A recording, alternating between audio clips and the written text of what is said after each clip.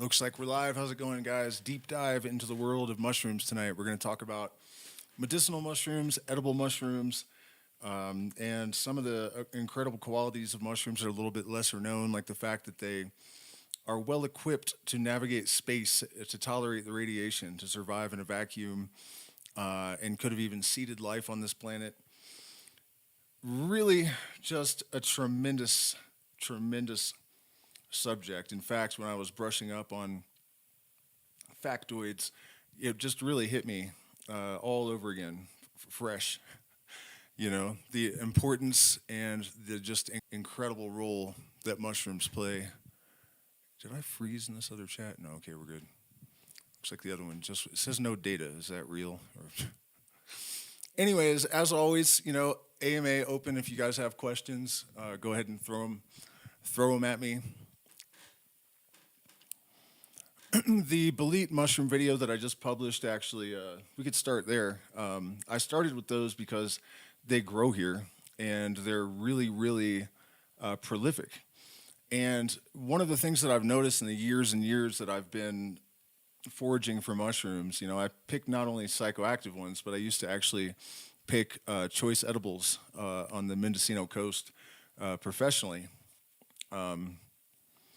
which was tremendous. It's one of the main things that I miss about living in California, going up into the hills in the rainy season. And there were black trumpets, hedgehog mushrooms, which are the only mushroom that has, they're like spikes. I don't know what they're called, but instead of gills, they have these, they almost look like thorns hanging down. They're amazing. They only grow under huckleberry. And you cannot eat them raw, which I found out the hard way because I got lost for 3 days and 4 nights, I guess, in November in the mountains of northern. It was cold. It was really cold. And I had no food or water. My lighter lit its last light as soon as I realized I was lost. Like I pulled it out and lit it, and it lit for a second and then went out and it was done. So I had not even a lighter. And at one point I found there's a variant of hedgehogs that is huge. And I found one of those and I was like, oh boy, because I didn't know you couldn't eat them raw. It's always advised to cook wild mushrooms, but not always necessary.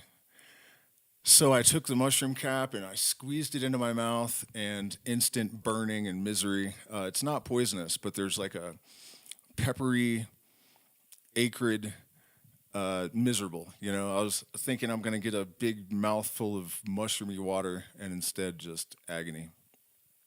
So don't do that. There were matsutake, which were prized by the Japanese. They used to be worth an absolute fortune. They grow all over the place there. Coral mushrooms, which look like coral. They can cause stomach upset in some people, but they're delicious if you can tolerate them. Hericium, lion's mane, and bearded tooth. I once found like 45 pounds of bearded tooth growing on a fallen log, which was just an incredible find. If you eat either one, lion's mane or bearded tooth, fresh, the plugs, when people grow them in plugs, the taste isn't there, I find. But if you find them in the wild and cook them with butter, salt, pepper, and garlic, it is like lobster. It's incredible. And we'll get into all the protective and neurogenerative aspects of that. But on top of it all, incredibly delicious. What else did we have there? Boletes. And that's where I first encountered boletes. Along the coast of Mendocino, there are gigantic king boletes everywhere in certain places. And they are really good. But in the course of making this video, I learned some things that I didn't know. The medicinal properties of slippery jacks, which, by the way, if you're in North America or Europe, they're very common everywhere.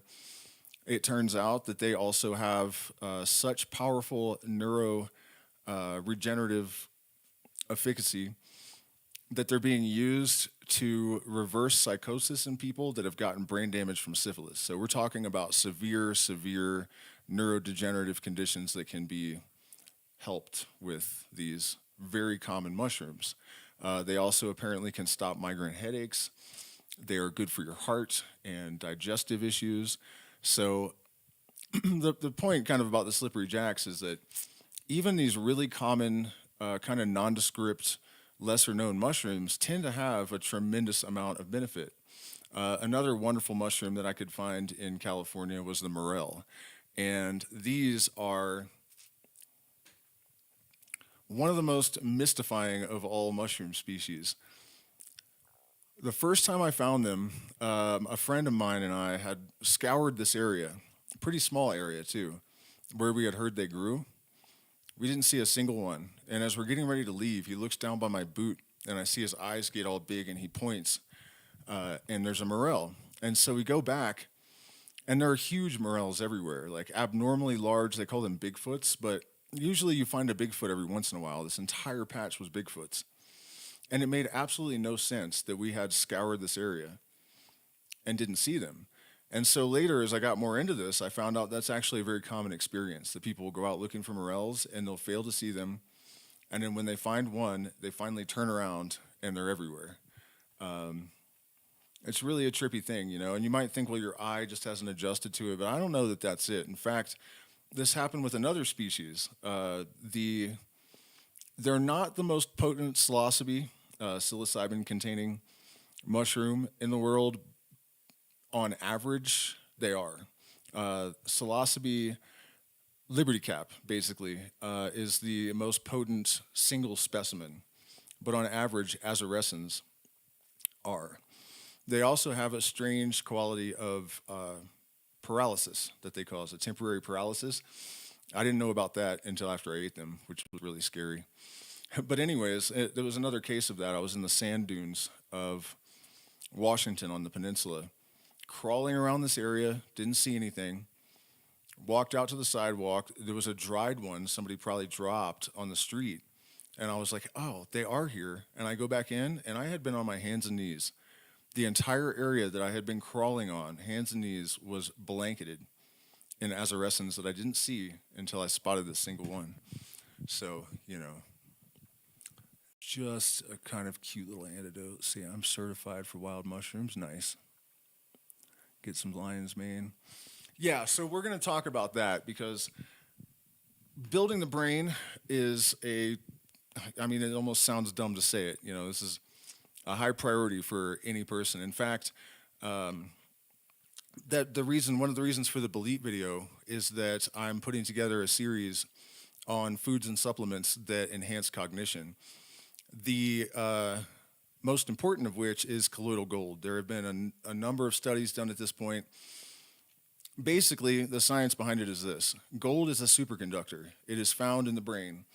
If you want to get mystical about it, which I do, consciousness comes to us via light, in my opinion, which comes to us from the sun, right? And gold comes from stars.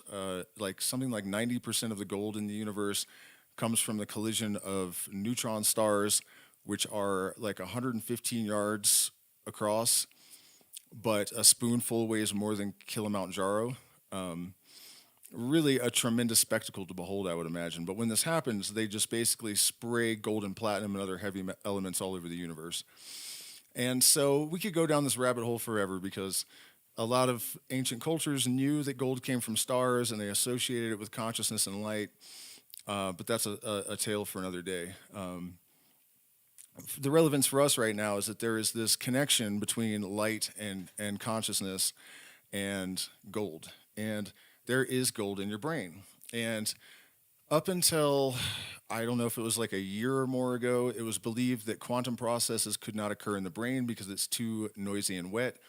But then there was evidence otherwise, and now we know that neurons emit entangled biphoton pairs, microtubules emit photons, so there is light activity in the brain.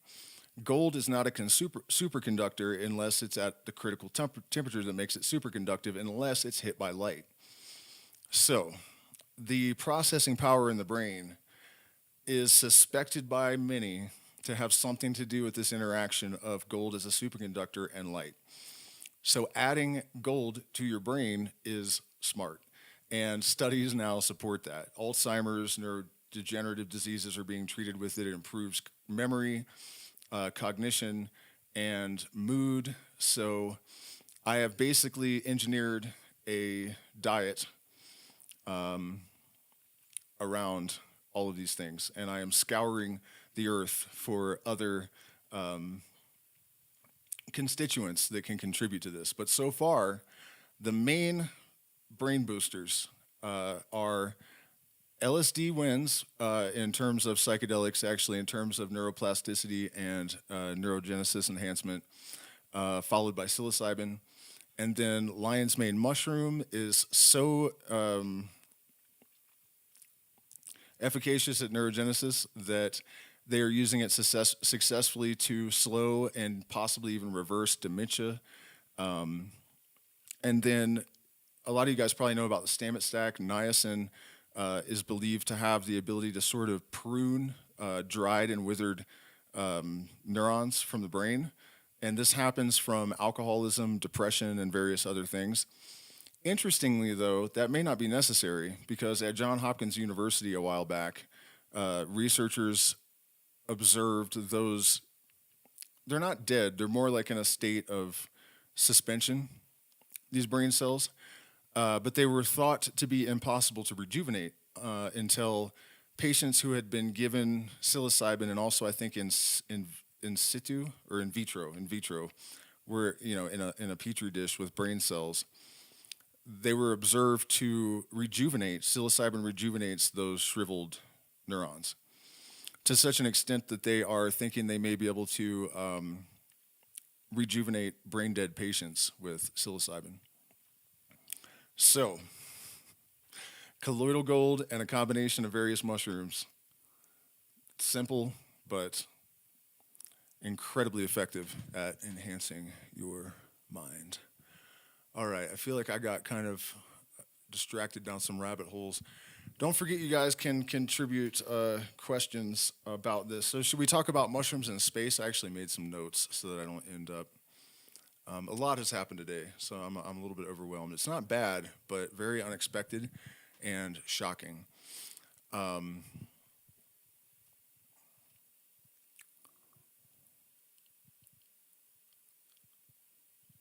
Oh, yeah, there's an interesting aspect of mushrooms we can riff on for a bit. The neural network, like structure and function of them, they act as a bridge between the human organism and the universal mind, in my opinion, and in the opinion of just about anyone who's taken a large dose of them.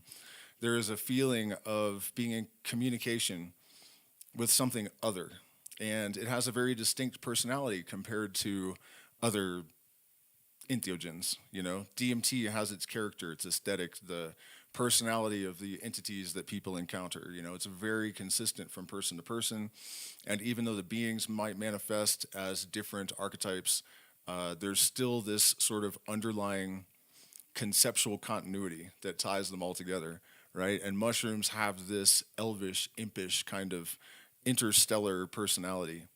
And that sort of Hermes-like function as a bridge between the mind of humans and whatever it is, this cosmic giggle that mushrooms connect us with, they actually serve that role in general in nature. The networks that are used by trees to and something just occurred to me that I'll get to in a second. I have to process this and then I'll continue. Man, that is trippy. Trees and other organisms will sort of use them as a mechanism of communication so that they can engineer mineral and what are they called? The microorganisms in a little cocktail to heal injured relatives and whatnot. And I just almost found a hole in one of the theories I've been promoting. It's not really a hole exactly. It's more of like an analogy or something. But one of the things I talk about a lot is how there's all this evidence of non-neural cognition all of a sudden throughout nature. There always has been, in my opinion, but we have actual scientific hard data type evidence of this at this point. And so if you've ever seen mycelium, you notice that it has a striking resemblance to neural networks. And it just occurred to me that we've been saying that these trees are communicating with each other without neurons, but that's not entirely true. The mycelium functions as their neural network. So they do have a neural network, but it's just not part of that organism. The neural network is a different organism, which is a wonderful kind of thought. I'll have to kind of process that a bit more, and maybe something else will emerge from it. It also reminds me of the microcosm macrocosm thing, and also the shamanic view of the universe. And I actually trailed off when I was talking about morels, and this reminds me of it. One of the ways that a shaman or a healer in indigenous culture is able to find the right medicines in the forest or wherever they happen to be is clues that nature gives us. And this is another great example of evidence of a universal mind to me, some sort of intelligence in nature, right? Nature knows something is looking. If it didn't, why would it have all these visual signals? And the visual signals can communicate even complex ideas, right? It's not like it's just yellow poisonous or, whatever the signal is.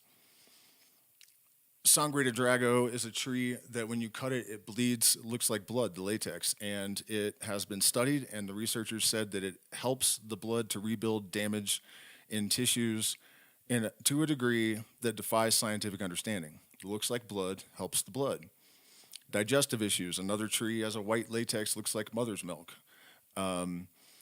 There is a small tree that's used to treat Dos Equis bites, and it looks like the skin of a Dos Equis, the skin of this tree. So, when you're looking for mushrooms also that help the brain, or if you're trying to understand the function of something that you see in nature, this kind of knowledge works. It actually works. And the morels are a great example of that. When I first encountered them, I noticed a couple of things. One of those things is that once you have eaten them, people become obsessed with them. They are delicious. They're probably the best tasting mushroom. In fact, I make a dish that is white wine reduction with cream, cracked pepper, Asiago and Parmesan cheese, angel hair pasta, bacon, scallops, wild asparagus if I happen to be in Colorado and can get it, which is much better than domesticated asparagus, actually. And what else goes in there? Asparagus? Whatever. Yeah, it's really, really good. In fact, every person I've ever made it for has said it's the best thing they've ever put in their mouth, and I believe them. But I noticed that people really, it's not like an addiction, but people really get this like obsession with them. And on top of that, I noticed that your mood improves, like not a high, but you're always really happy after eating morels. And looking at them, I thought they look like brains, and I bet this logic applies. But I checked online at the time, and there had been no studies. So we were going to do a morel event a couple of months ago, and I had some issues, and we couldn't do it. By the way, we're still trying to raise money for those surgeries, and we're a demonetized channel. So if you appreciate the content, you can consider supporting us. Join the Patreon. You get access to premium content. And there are options to make a one-time contribution in the chat. So I was thinking about morels again, and I checked online, and it turns out that I was correct that they have L-DOPA or other precursors or prodrugs for, happy, happy chemicals for the brain, dopamine and whatnot, and all sorts of other cognitive benefits and general benefits for the entire body. It turns out they're one of the most medicinal mushrooms known to man.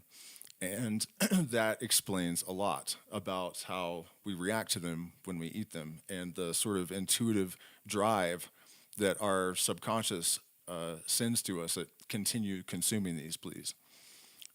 you know. But the particular thing is for the brain and mood, and they look like brains. So we check in with the chat again and see. Cheers, my friend, Voiden Law. Talk a little bit about the semen retention. No, I can't because I don't know anything about that. I don't really buy into it. Anything that kind of sounds like, is it asceticism? It's probably the word, right? I'm not a fan. Yeah, it's not something I've thought about. It's not something I've researched, and it's really not even something I'm interested in. So, yeah, I don't have any insights or knowledge on that. But I wanted to just touch on all of these, like overarching themes with the mushrooms. We talked about the mycelial networks and then how they, have all these benefits from the brain. And it seems the more I research just regular edible mushrooms and the more research is done, it seems that this is a common theme, that they just generally have cognitive benefits. You guys probably know that we share something like 90% of our DNA code with them. What else? The largest organism in the world is a gigantic fungus underneath of, I think, Washington State.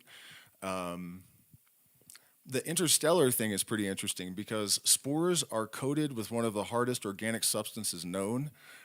They have been found in outer space, and they have the ability to withstand radiation, to survive in a vacuum. And so the possibility that Earth was originally seeded by mushrooms and this panspermia thing, that spores are actually the seed that possibly came here on a meteor that gave rise to life on Earth, which is pretty wild and interesting. And it would also explain maybe the feeling of having this phone that you can call a sort of alien entelechy and tap into it with. So that is something to think about. And then on the subject of psilocybin mushrooms, I mean, I'm sure all you guys are really well versed. I don't really feel like it's probably going to be very meaningful for anyone for me to go through all the benefits or anything of those. I'm sure you guys are all well aware. I'm sure you all understand how they work with neuroplasticity and neurogenesis enhancement, but I do have something for you that you might not know. And these are actually incorporated into our retreat events in April in Sacred Valley, May in the jungle of Manu, and July, late June, early July in Sacred Valley again. Psilocybe natalensis is a relatively newly discovered psilocybin mushroom from South Africa. For those of you that might be living in a place where it is legal to do so, they're very easy to grow and they consume contaminants. So if you grow mushrooms and you get anything in the substrate, in the material that the mushrooms are growing on, you have a problem. And generally, it's a done deal. There's no saving. Once you see blue, green, gray, anything other than mycelium in your jars, it's a waste. You're done. You got to throw it away. In this case, the mycelium will oftentimes roll right over it, suck it up, and apparently use it as food. And there's no other psilocybin mushroom species known that can do that. So that is very helpful. There are 2 times, and by some estimates, even more than 2 times as potent as Psilocybe cubensis. They also cause very little nausea or body load and indigestion. They're very highly digestible somehow, and they don't really make you sick. The experience is far more clear and less, like at higher doses, you don't tend to get overwhelmed and confused. The mind doesn't become scattered. You maintain a tremendous amount of clarity. In fact, there have been a couple of times where I was playing guitar and I'd eaten a relatively large dose, and I just for a second I thought, wait, they're not even working. And then I looked around the room and there's pulsing geometries, and just because you're able to just maintain perfect lucidity. Bad trips, according to most users, are a non-thing. Really just the absolute best mushrooms on Earth, without question. The only ones that give it a run for the money are Pinealis cyanescens, which I also like a lot. And they're similar in that sense. They're very, very strong, and they don't really have any body load, very light. Actually, that leads me to another little rivulet. A few years back, it might be 5 by now or something, it was discovered that there are harmala alkaloids in psilocybin mushrooms, and harmala alkaloids are the same compounds that exist in ayahuasca and Syrian rue, in Banisteriopsis caapi and Syrian rue. They are the constituents of the brews made from those plants, I believe, that are the fundamental mechanism that causes the telepathic experiences and other parapsychological phenomena that's associated with ayahuasca and has been forever. But it's real. It's definitely real, 100% real. And I've also experienced that. The first time I ever experienced telepathy to the degree that it was absolutely undeniable, my girlfriend was a mile away on top of a mountain, and I had this experience, and when she found me, she knew everything I had been doing. She knew what kind of dog I stopped to pet. She knew a tear had run down from my eye. She knew every single word of every thought that went through my head for, over the course of 35 or 40 minutes or something. It was crazy.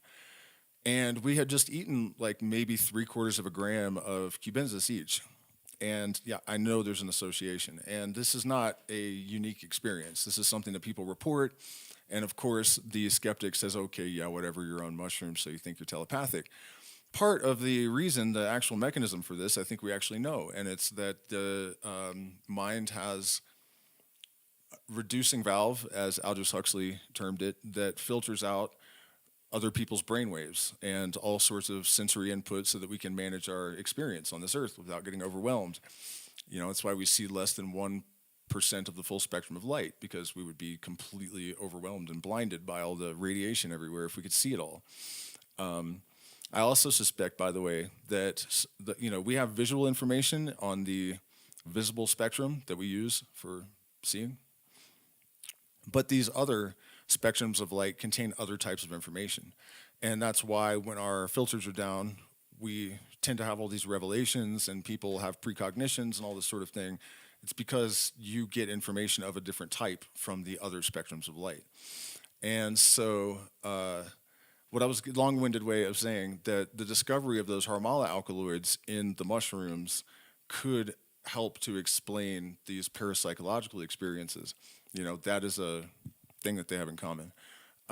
However, I think it could just be psychedelics, because the Grateful Dead built their career on that kind of psychedelic-induced telepathy, and I know for certain that it's a real thing too, and there's no harmala alkaloids involved. So anyways, just a theory. But that's interesting also, that these harmalas exist in the mushrooms, and it explains why the mushrooms have different types of effects. There's some argument about this. Some people say that because there's different, what did you eat today? What was your experience the entire month? You know what I mean? There's all these different factors that can cause you to have a different experience if you consume any psychedelic. And so they kind of write off the difference in the experience as that. I don't think that's true at all. If you eat Liberty Caps, for example, your body feels light and springy. There is more of an auditory component to it than other types. It's just, and also wood rotters have a different experience than coprophilic or dung-loving mushrooms. Azarescens and cyanescens, psilocybe, are nothing like cubensis. I mean, they're something like them, but it's markedly different. And the presence of different ratios of harmalas and an entourage effect could explain that, in case you were curious about the reasons for the variations of experience in different psilocybin mushrooms.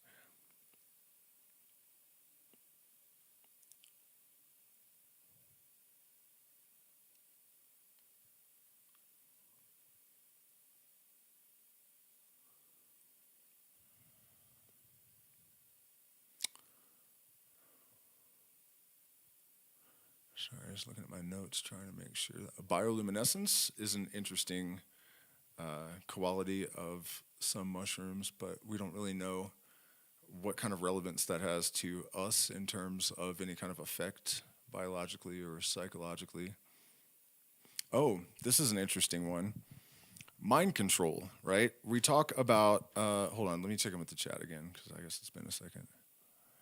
Mind control. We've been talking about non-neural intelligence and how mushrooms the mycelium, looks like a brain, a neural network, and actually functions like a neural network for other species, which is wild, really wild. But what about the fact that they can control the minds of other species? This is something that a number of parasites can do. And it raises a lot of really interesting questions. People have suggested the possibility that like there was a guy that crawled up to the top of a tower and shot a bunch of people. These kind of things could be the product of brain parasites. And a lot of people like to invoke parasitical entities to explain their bad behavior. But that's not really necessary. We have enough parasites that might be capable of that already on the earth. So, in some of the more interesting cases, these parasites are able to actually hijack the nervous system of an organism and make them do things that aren't scripted in their genetics, right? There's a crab that will raise the larva and care for the eggs of this parasite, and it's totally unnatural behavior for a crab. So the parasite hijacks the other organism's consciousness and puppets it, basically. There's another one that gets into ants, and it makes them climb to the top of a blade of grass and cling to it until the sun comes up, and then it'll let it have its mind back because it's a liver fluke and it wants to get into a cow. But mushrooms doing it is a little bit different because in the case of these parasites, we have some neurons, and we have an organism that at least has some function anyways. It can swim around, it can walk, it can mate, it can do all these things. A mushroom we think of as just an organism that just sits there. It doesn't do anything. And so if you really think about a cordyceps mushroom hijacking the behavior of an ant in order to spread spores, that really raises some questions about the cognitive capacity of the mushroom. And if it doesn't raise questions about the cognitive capacity of the mushroom, it raises questions about the cognitive capacity of nature. It indicates a universal mind. And so either way, it does, because if you have an organism that has no neurons, that is able to hijack another organism's nervous system, there's no need for a brain in order to have consciousness, or at least cognition. So, fun stuff.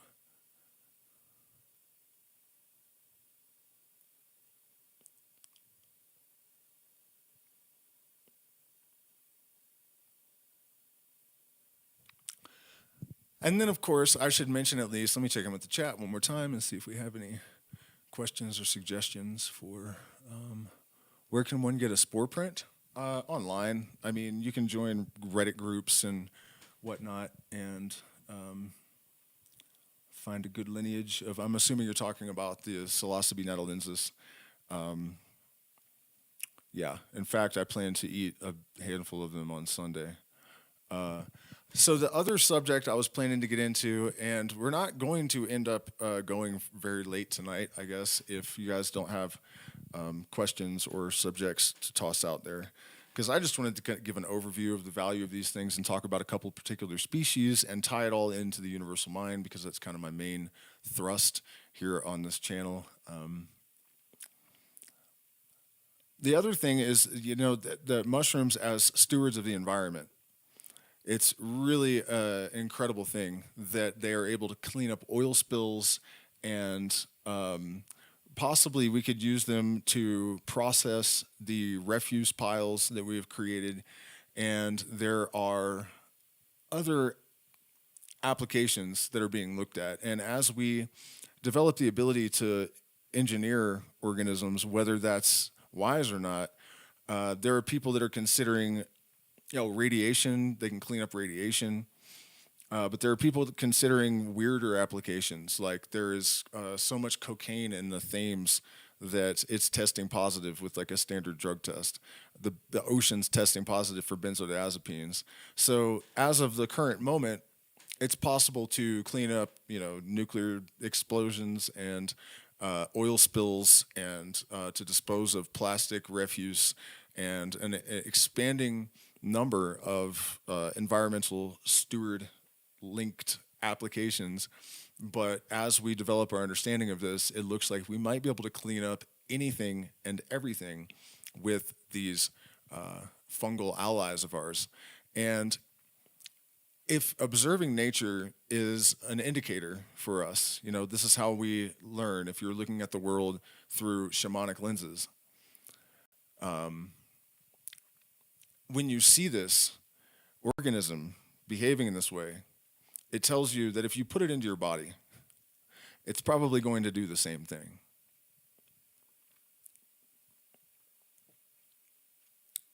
So, I mean, that all went a lot faster than I was expecting. I mean, we could talk about chanterelles and how incredibly delicious they are. The various, oh, I didn't talk about the azarescent paralysis. All right, we'll do this, and I'll check back in with the chat. And if you guys have got anything for me, then we'll work through that. And if not, then I will play guitar because tomorrow I'm going to do a music stream for many hours, and then Friday we're going to get political again. And some part of me hesitates to do that, but another part of me knows that it is absolutely important. And a lot of people have suggested that I shouldn't do it because they're like, "Can you really afford it?" And it's like, okay, but if we allow that dollar control to silence us, then we are the machine. So no, I'm not going to shut up about it. What was okay? So the azarescent paralysis. This is weird, and I think we still don't have an answer. I don't know how I missed this because I've been studying psychedelics of all kinds since junior high school, maybe even the last year of elementary school. I can't really remember. I know I was actually earlier than that I encountered the Flowering Plants book and started reading that. So that had definitely happened in elementary school. So you know, I've been reading about this stuff forever, and I had never encountered anything about this. So I was on the West Coast, and I knew I was in azarescent territory. And so we went to the beach, and eventually we found tons of them. I mean, I bet with the popularity of psychedelics now, they're getting wiped out, which is a sad thought.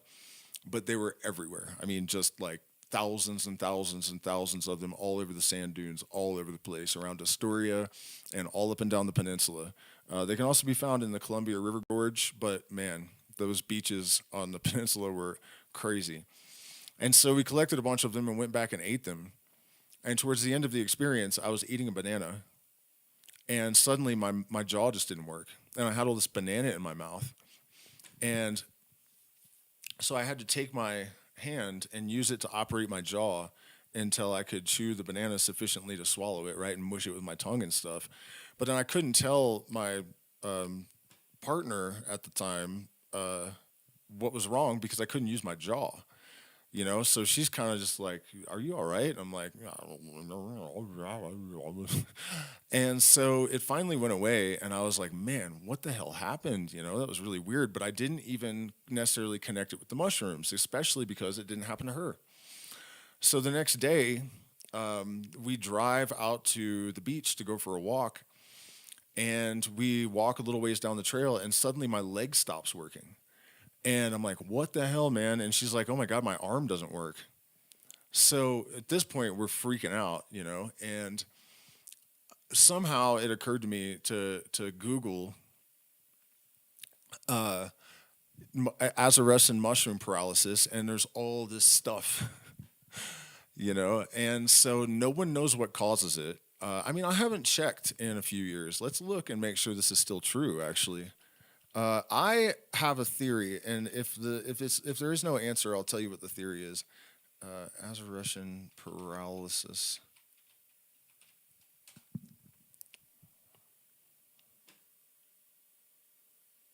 Wood lovers paralysis. I guess cyanescens do it as well.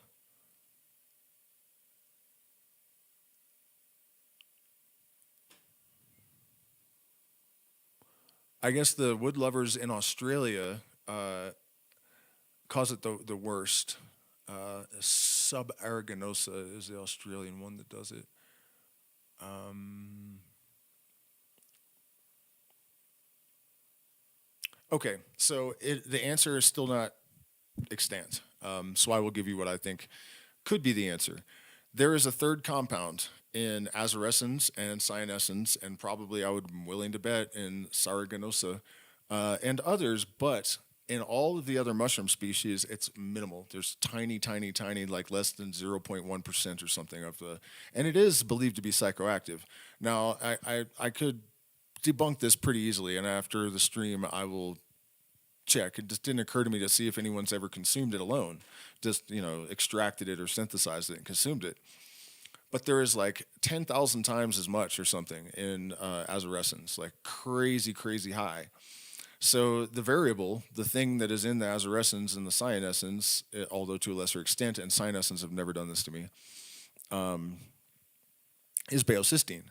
And I also think that, like, when you take azarescens and cyanescens to a lesser extent, there is a definite, distinctly different character to the experience, similar to the lucidity of the natalensis,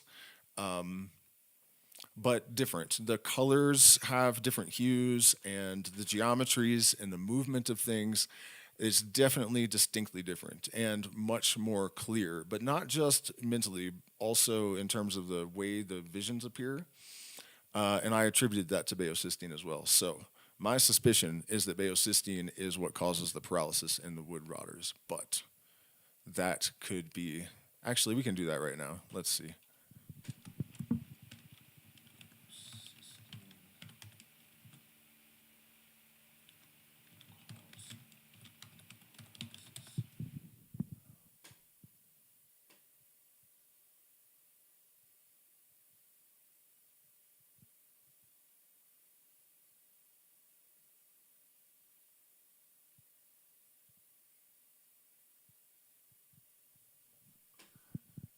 See if it has been consumed.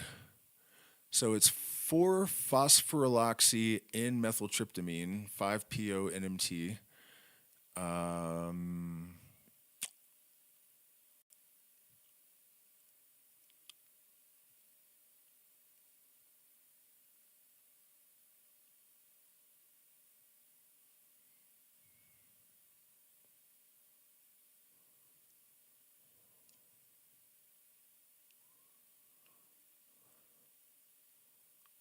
oh no, it has been given to people.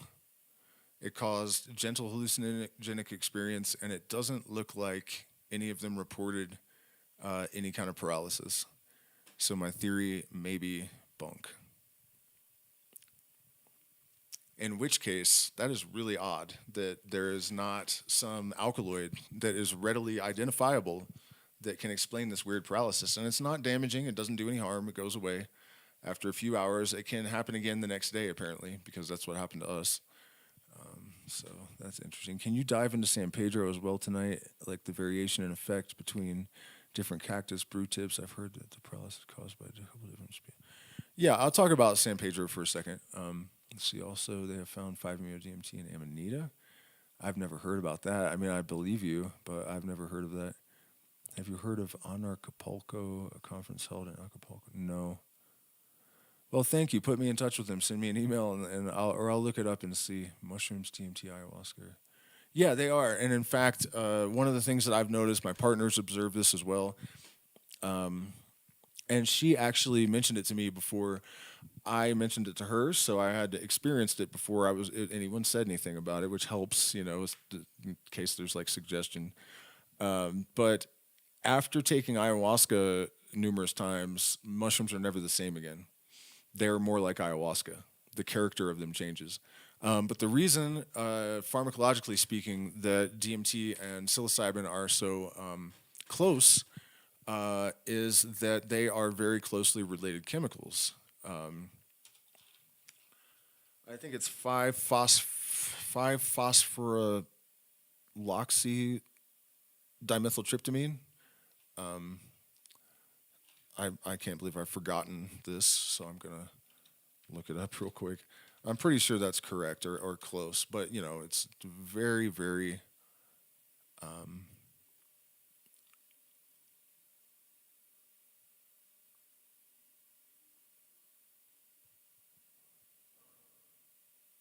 Yeah, four. It's 4-phosphorylloxy and dimethyltryptamine, 4-PO-DMT. So it's DMT. It's an analog, you know. So yeah, astute observation, but chemically they are very, very similar, anyways. Okay, so mescaline. Talking about the difference in the effect of the cactuses is a little bit tricky because it's not consistent, even from species to species.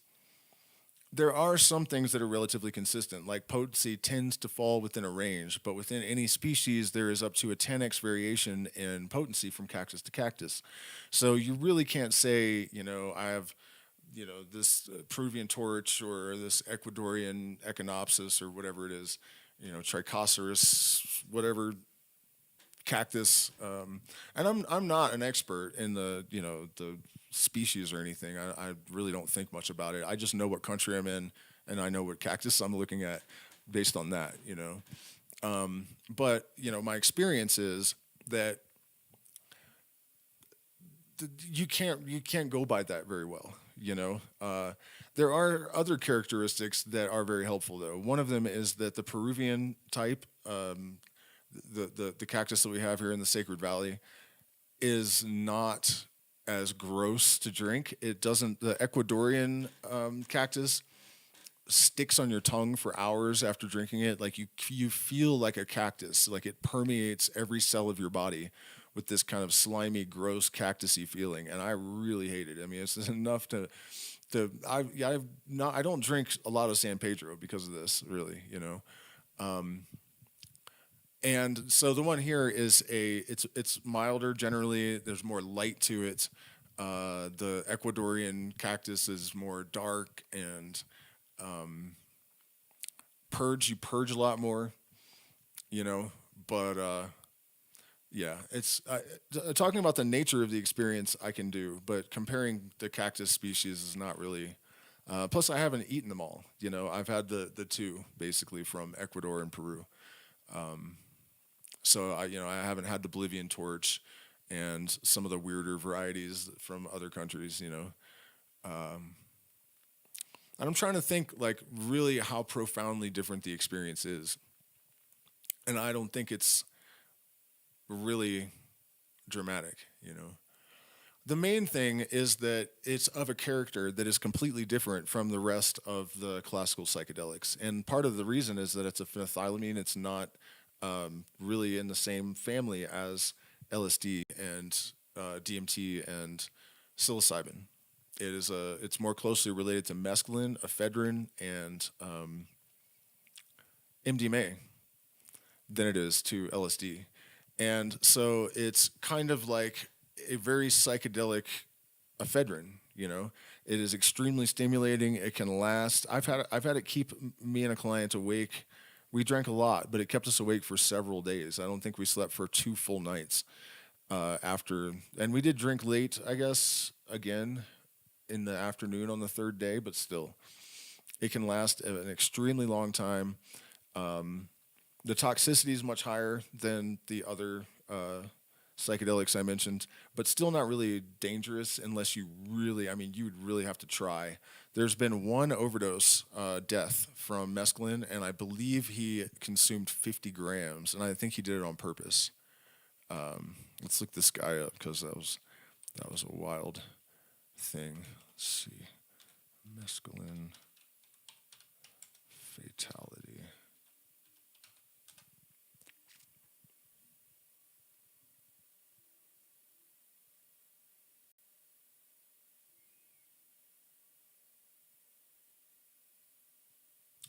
Yeah, the LD50 is 880 milligrams per kilogram. So, yeah, good luck. Good luck. One of the things that you have to be really aware of, though, is that it takes, if you drink San Pedro, it takes up to 3 hours for it to really fully manifest its effect.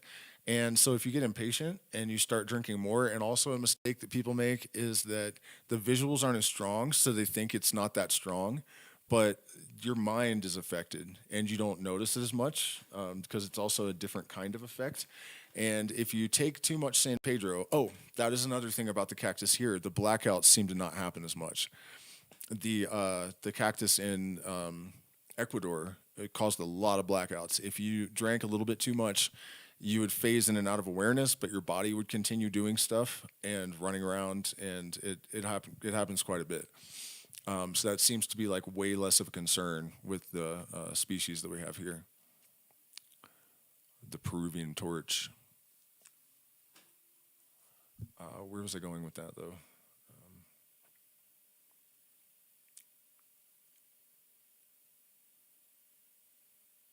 Well, that was where I was going with it. You have to be careful. You have to be patient if you're not experienced. You know, a problem for people in the United States, I think, is that for me, I'm working with the same cactus, like the same individual cactus, and so you take a little bit every once in a while, and it grows back before you need to harvest again, unless you are some commercial greedy lunatic. But generally, it's possible for a single person, even working with a small group occasionally, like I do, uh, to work with the same exact cactus, and that way I know, I use this much, I boil it down this much, and then I know exactly what it is. In the United States, you don't have that option unless you have huge cactuses in your backyard. So, sympathize with people that have to kind of play a little bit more roulette, because if you overshoot, it's up to 18 hours and you could black out. And so what I'm trying to communicate here is that if you're inexperienced, you definitely should have some oversight of some kind. Yeah. Aside from that, the experience has a lot more to do with intellect and cerebral things and constant bombardment of information.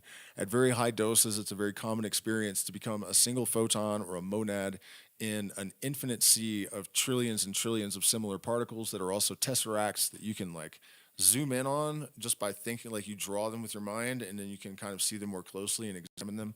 And you are one of those things in this sea of light. It is an extremely common high dose experience. So it is basically a dialogue with the light. In fact, one of my pet theories is that our consciousness comes to us from the sun, and that even if that isn't directly true, during periods of intense solar activity, there is an excitation and greater symmetry to the particles in our electromagnetic field, right? And so my belief is that, and that is also Rupert Sheldrake believes this, and every ancient culture ever pretty much also has this opinion, I guess. But so the group that we're going to have in July, we're going to load our brains up with colloidal gold over the month before the event, and then we're going to go very, very high to the highest altitude we can to an Incan holy place, and we are going to drink as high of a dose of San Pedro as we can safely consume. And I will find out what that is before we go, because we will all be consuming it in the week leading up to this. It will be like the peak of the event. And that's why, because I know that San Pedro is legitimately a portal to direct interaction with the light that is basically our soul and consciousness. So that's the nature of the beast. It's also an excellent way. Do most Peruvians have that bluish sheen? No, I don't know what you mean. Oh, you mean the cactus? Yeah, they do. I thought you meant the people. I was like, yeah, they're Smurfs, bruh. You have that synthase. What? Synthase, pretty much. I don't know what that means. Definitely understand. Oh yeah, speaking of MDMA, another really relevant bit that I can offer on opinion on antidepressants and psychotherapy. Those are two completely different things, but sure, I'll talk a little bit about that. HHPD, or bad perspective on an afterglow. What? Okay, so one other relevant bit about San Pedro is that it is extremely good for couples. There is no better, calling it an aphrodisiac isn't quite the right word, although it fits. How would you say, like, to amplify? I don't know why my vocabulary just died on me, but you guys know what I mean. It accentuates things to a degree that is undescribable. And it's not just about like physical enhancement. There is a profound ability to communicate and to merge, I guess, would be an appropriate way of describing it. So, this is something I haven't seen a lot of focus on either. Is the, like San Pedro as a tool for marriage counseling or such like things, but definitely incredibly effective for that. Highly recommended for couples. So someone asked about antidepressants and psychotherapy. Antidepressants, I hesitate to say anything about um, anything medical on YouTube because I've gotten strikes for that. So this is not medical advice. This is purely the opinion of a person who does not have any sort of medical degree, and it is purely the opinion of a person. Algorithm, please do not strike me down. It's just my opinion based on my observations. Uh, like RFK Jr., who I do not think is really sincere. But I think he may have a point. When you look at the data around school shooters, SSRIs, I think every single one of them was on them. And they say that that's irrelevant, that, it's just a coincidence and it's just an indication those people had mental problems. But the people with mental problems that aren't taking them don't seem to do this. And if they're such effective things, then why don't they stop them from doing these things? And then also, serotonin has been linked to aggression. And I saw an article recently from a reputable source, for sure, NCBI, saying that basically the function of serotonin and everything that that particular class of drugs did was made up, and it was all engineered to sell drugs, and that they're just a lie, and that the real focal point for that sort of chemical management of our depressive states is glutamate. The glutamate is actually the transmitter that does all the heavy lifting in that regard. And it has a close relationship with dopamine. And glutamatergic drugs, as opposed to serotonergic drugs, are becoming the focal point. And interestingly, a lot of like ketamine and some of the other newer, like, they're not classical psychedelics, but dissociatives that are being used therapeutically, they are this type of drug. And so there's actually a shift happening away from the serotonin management to the glutamate focus. And what I'm getting at with this is that there are natural ways to support that. Consumption of L-Dopa actually has a relationship, so you can take mucuna beans. They have another name. It's escaping me at the moment. Damn it. Really well known. Fava beans are another good source. But, generally without putting myself at risk of getting deleted. Sorry, there's a gigantic spider on the wall, and I just got fixated on it for a second. I generally don't think that a lot of the conditions, in my opinion, that people get labeled with are treatable.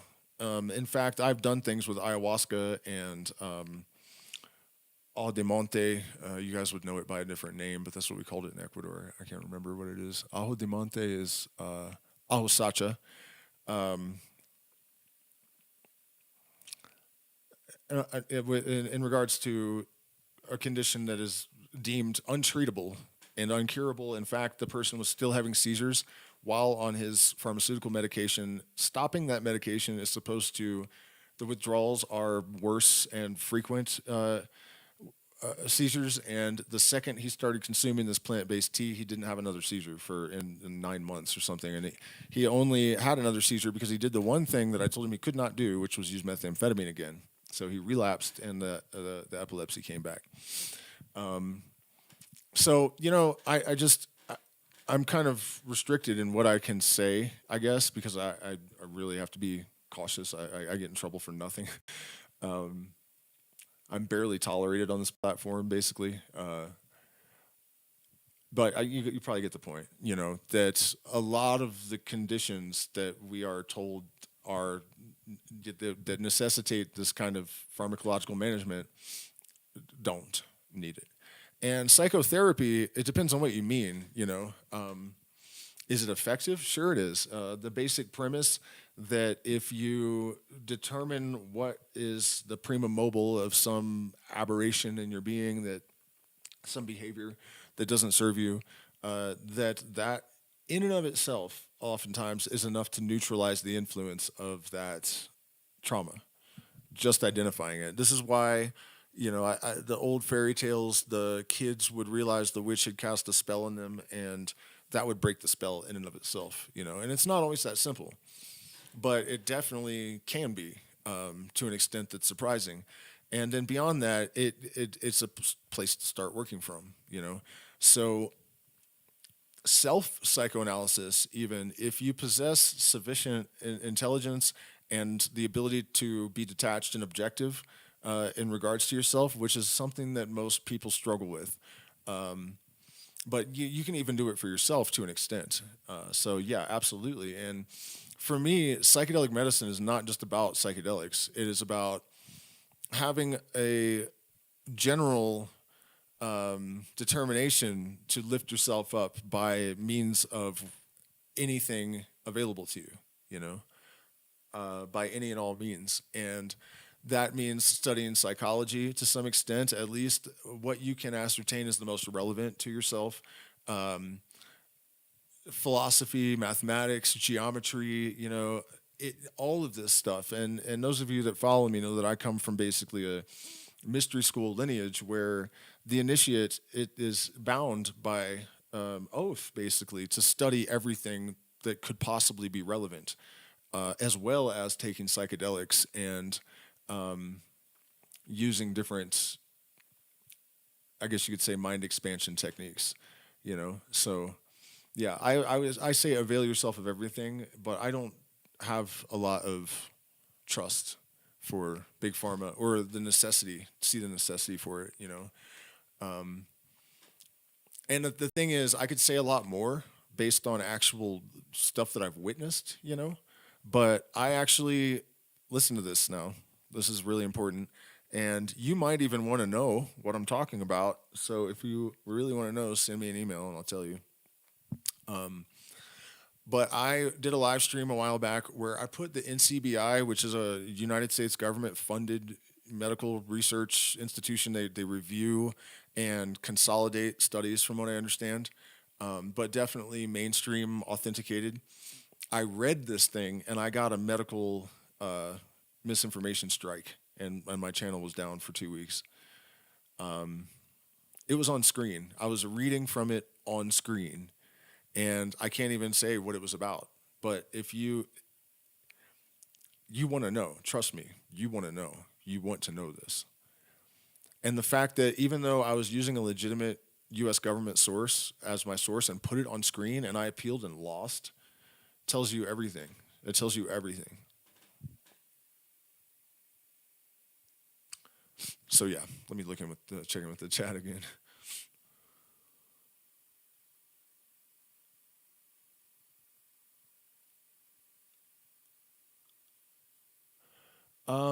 Keystone said something about believing that the cactus gathers and stores energy they receive from listening to people speak. Maybe during San Pedro experiences, but the ones that I used to harvest in Ecuador, there was never any people around them. They were in the middle of nowhere. It's an incredible thing. There's video of it, Malacatos ancient San Pedro forest on the channel. They're massive. Some of them had, on average, they probably had like 30 arms, but there was one that got butchered. They cut it down for some reason. I have no idea why, because even the locals, the guy that brought me to them didn't know what I wanted them for. He lived in the neighborhood. He was a worker at our farm. And I saw this San Pedro and I said, "Oh man, that's a big one." And he goes, "No, it's not." And I was like, "What do you mean?" And he pointed at his tree and he's like, "There's some as big as that tree up on the mountain." And I was like, "No, there isn't." And he's like, "Yeah, there is. I'll take you there." And I was like, "What?" All right. So we got his taxi, which was his donkey, and I followed him out into the mountains. And the first one is like you go down this little dirt road, and then all of a sudden there was this San Pedro just looming like, I mean, 35 feet tall or something, maybe 150 arms. And if you think I'm lying, there's video of it on the ground, but you can see like it looks like it would cover a football field. It's insane. It's one cactus, and you can see the body of it on the where the fence was, and it looks like a tree trunk from like a giant oak or something. It was a San Pedro cactus. For some reason, one of the times I went back, they had cut it down. I don't think I have any video of it standing. But yeah, the ancient San Pedro forests of Malacatos is the video on my channel if you want to check it out. But yeah, they were massive, super potent, and they were just all over the side of this mountain, everywhere.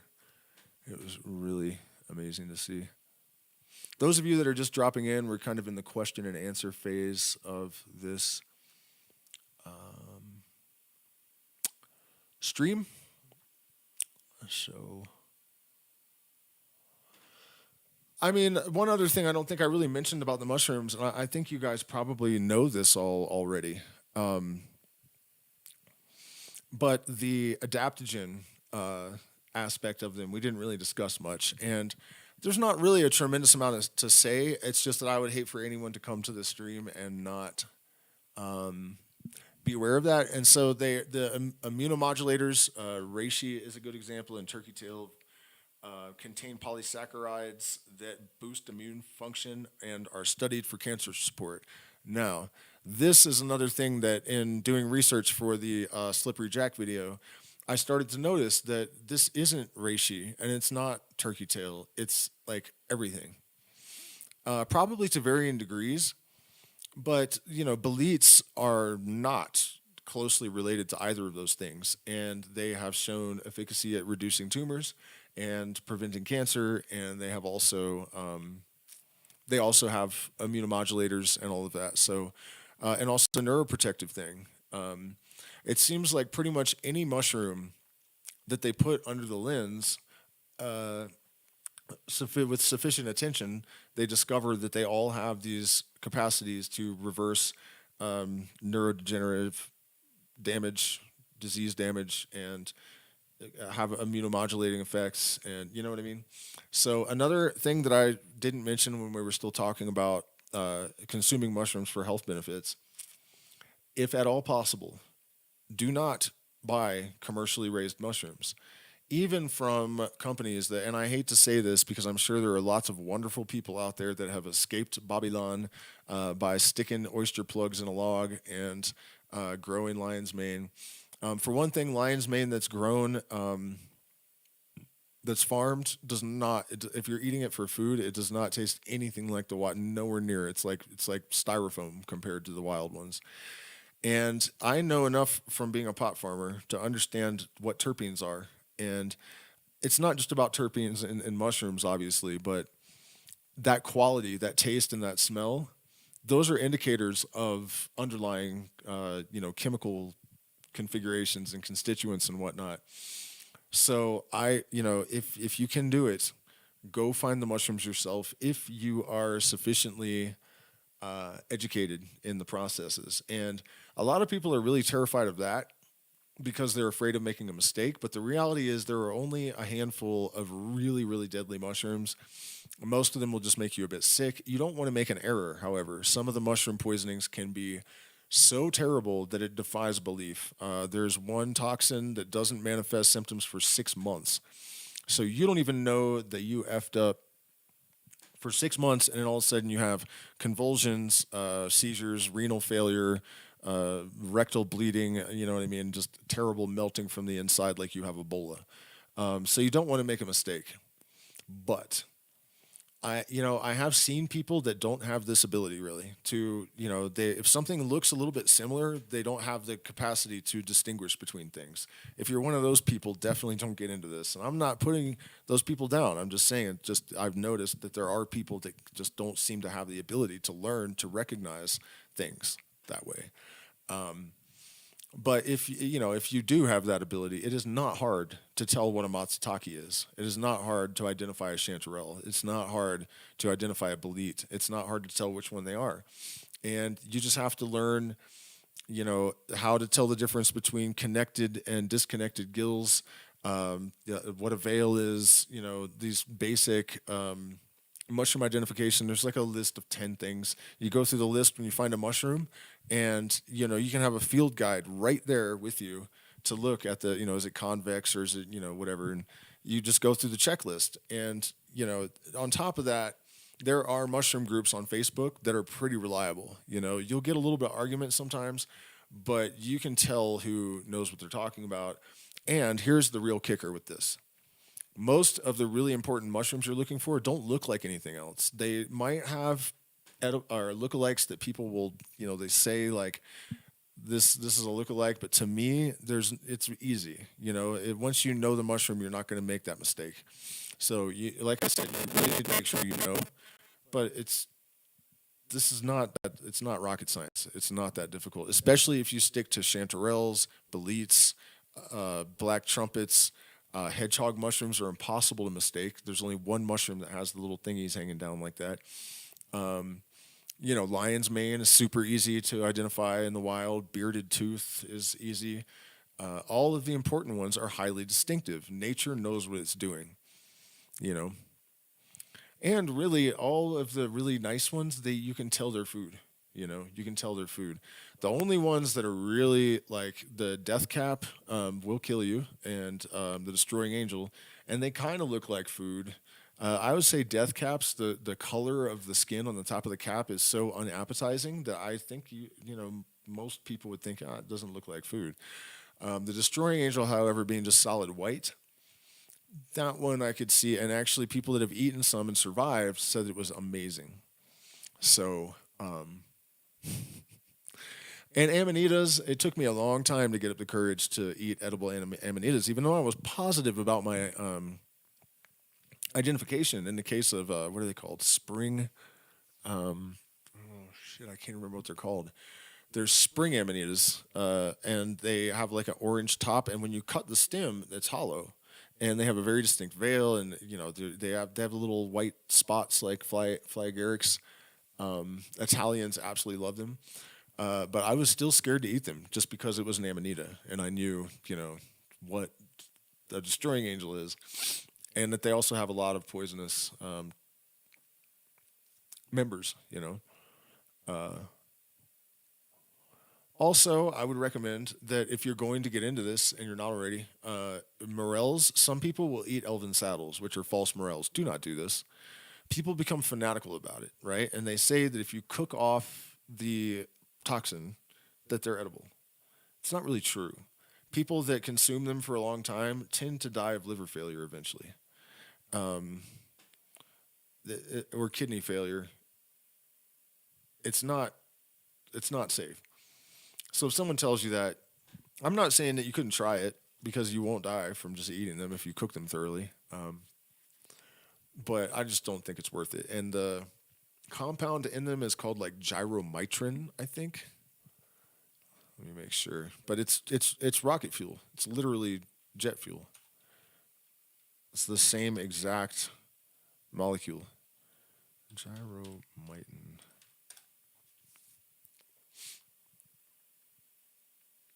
Yeah, gyromitra. No, gyromycin. The mushroom's Latin name is gyromitra. So yeah, it's gyromitrin. Not worth it. Not worth it, guys. False morels, they're also called. And no, you're not going to confuse them with regular morels. By the way, since we're talking about all this and the toxins, bruising blue does not mean it's psilocybin. If you watched my bolete video that I just made, there are blue boletes that are poisonous. Blue standing boletes, the Satan's bolete is sometimes fatal. There is the blue ink bolete, which is not, I don't think, edible at least. And then there are psychoactive boletes that stain blue that are not psilocybin. They don't know what's in them. And it's actually considered kind of a legend. Like it's not, I don't know that it's really confirmed. Although I think this guy, Byrne, did go out and eat a bunch of them, and now they called him Burns Boletes because he's the one that confirmed. I think that's the story. I didn't read the whole thing, but it sounds like something to that effect has occurred, and I think it's real because the Chinese have like legends around it, and they have a name for it called Xiao Rin Rin, and so they call it Lilliputian hallucinations, which are visions of like gnomes and dwarves and elves and little people, which is really interesting to me that we have compounds that cause very specific types of hallucinations. But yeah, and not bruising blue does not mean that it's not a psilocybe mushroom. Liberty caps don't generally tend to bruise except around the base of the stems. Cyanescens is pretty hard to get them to bruise. They're just kind of woody, and there's like just nowhere for it to happen. It'll happen on the cap, but it kind of looks greenish because of the just the color and they're leathery little guys, you know. But yeah, so there's some more little tidbits. Check them with the chat again, see if we have. Morels, chanterelles, and lion manes are pretty tasty. That is absolutely factual. Reishi makes a great tea too. Golden teachers are good now and then as well. Of course they are. I hope to make it down to Peru one day. Sounds great. Come say hello. By the way, for those of you that are just tuning in, we have events in May in the jungle that will be more focused on ayahuasca. And in the Sacred Valley, which will also feature ayahuasca, but San Pedro. And there are other options on the table, but some things eliminate other things, so it depends on individual needs, and that's a conversation we have during our interview to see if it's a good fit. And then in July, we are going way up high to have a solar ritual at the end of the retreat, and we're all going to consume a lot of colloidal gold, and then drink San Pedro, which is a medicine that puts you in touch with the light, way up high at some Incan ruin at really high altitude. So we're going to have to go up there too first and make sure that everyone can handle it before we go up there and start a ceremony and then have to bring someone down. So the acclimation will be kind of gradual though, because we're at about 13,000 where our property is, and we'll go up a few times pretty high, stay for a couple hours, make sure everyone can handle it. We also have what is that mineral that helps with altitude sickness that's only found super high up? Shilajit and coca leaves oxygenate the blood. And in fact, I'm about to stuff my face with some paste because I'm getting kind of tired. They get massive. Trichoceros tertic. Okay, I saw a question. Destroying angel described as delicious. Yeah, that's what people say, but don't eat it. Your thoughts on bee venom or combo venom? I don't know much about bee venom, but I do know that poison in small quantities is medicine, and medicine in large quantities is poison. So combo, I was very, very skeptical about for a long time because I took it and I have chronic issues and it didn't do anything for me. I didn't notice anything. But it takes a wrecking ball to affect me in any way, shape, or form, you know. I don't have a sensitive constitution at all. It doesn't matter whether it's intoxicants or medicine. You know, I need a huge dose in order for it to notice it even. So I was kind of skeptical, but I have met people that I know are reputable that have seen things that you cannot say are 100% proof of anything. Like there was a woman that came to my ayahuasca maestro years ago, and she had a tumor on her tongue that was massive, and combo over the course of a month or something, the tumor disappeared. And you cannot necessarily attribute that to combo. That's not scientific, but it is compelling anecdotal evidence, to say the least. And I also have used it to snap a person out of a psychosis. So it definitely has therapeutic applications for sure. Rape helped with that as well, but the combo really just brought this dude right back to ground level. I mean, no antipsychotics, no hospital visit, and it was pretty bad. Like hearing stuff and seeing things, and you know, delusions and the whole thing, and just like almost completely normal after one session. So, yeah, and then also more research has been done, and it is effective according to NCBI compilations at treating tumors and AIDS. Even it interrupts AIDS, so it doesn't cure it, but it stops developing. There's a whole huge list of all of the things that it does in my combo video on my channel. And also at our retreats, we actually have a Masis healer who is a member of the tribe that discovered rape. So the person that we work with is of the original Masis lineage that brought us the medicine. And also, I can't say how much of this situation is actually due to these plant medicines because she is also having mainstream treatment. But we had a stage 4 cancer survivor here a few months ago. And she, not only did she have radiation burns from the, it's like chemo pills. And after kashuru, which is Andean superfood algae, there's a video on the channel about that, and I can dry it and send it to you guys, by the way. If you're not consuming it, you're out of your mind, basically. It contains cytotoxins, which stop the replication of, or the cell division of cancer cells. And it is being looked at by governments to try to fix malnourishment because it's so nutritious. There are a huge number of benefits. They're basically these little green balls that are colonies of cyanobacteria. I'm going to have some coca paste in a minute. I try not to have it during streams anymore, but we're just at such a high altitude that I just get tired. I have to. Sorry, guys. Cyanobacteria, colonies of it, and they can get as big as baseballs. Super crazy, and it has to be super clean water at high altitude lakes. And it's the Quechua use it as food. But it's just tremendous stuff. And so we were feeding her that with every meal and coca leaves. And just with those two things, her radiation burns disappeared almost entirely within the first 72 hours. It might have been 48 actually, but 2 or 3 days of this, and it was pretty bad when she got there, and it was almost gone almost immediately. So then combos seem to accelerate that, right? But then after being here for, I think she was here for 10 days, when she went back, because, when you have stage 4 cancer, the chances of remission, or what is it when it comes back?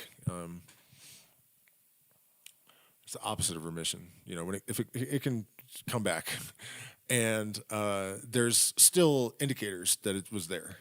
And they told her that there's not any sign of anything, and that it was literally miraculous. In the opinion of her doctors, it was on like worthy of the term medical miracle.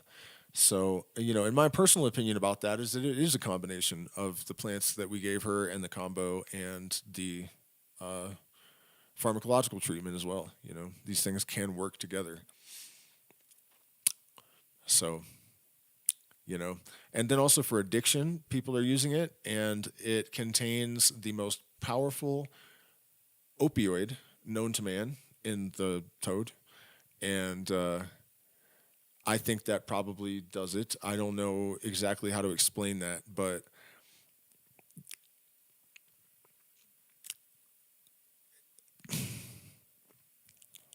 I don't think we have a medical validation of this kind of concept that I'm thinking of,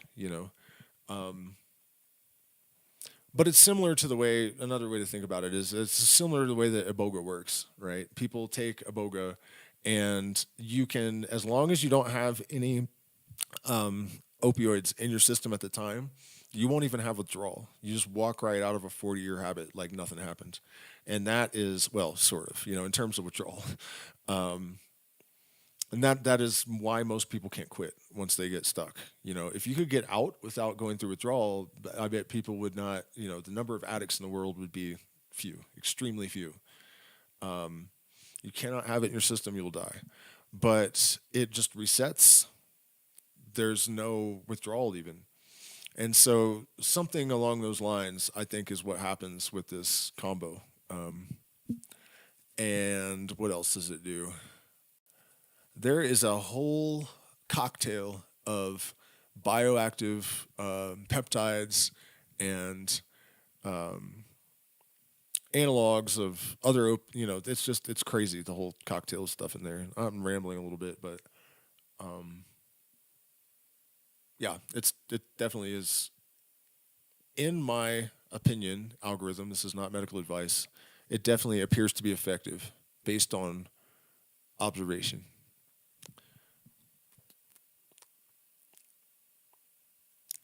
Bufo also is, I mean, no one's brought that up yet, but 5-MeO is basically a way to turn off the entire reducing valve in the nervous system. And so, if you want to know what the ultimate reality is, that's how you do that. I really think that's what it is. It turns off, like most psychedelics turn down the filter, and 5-MeO turns it off completely at a sufficient dose.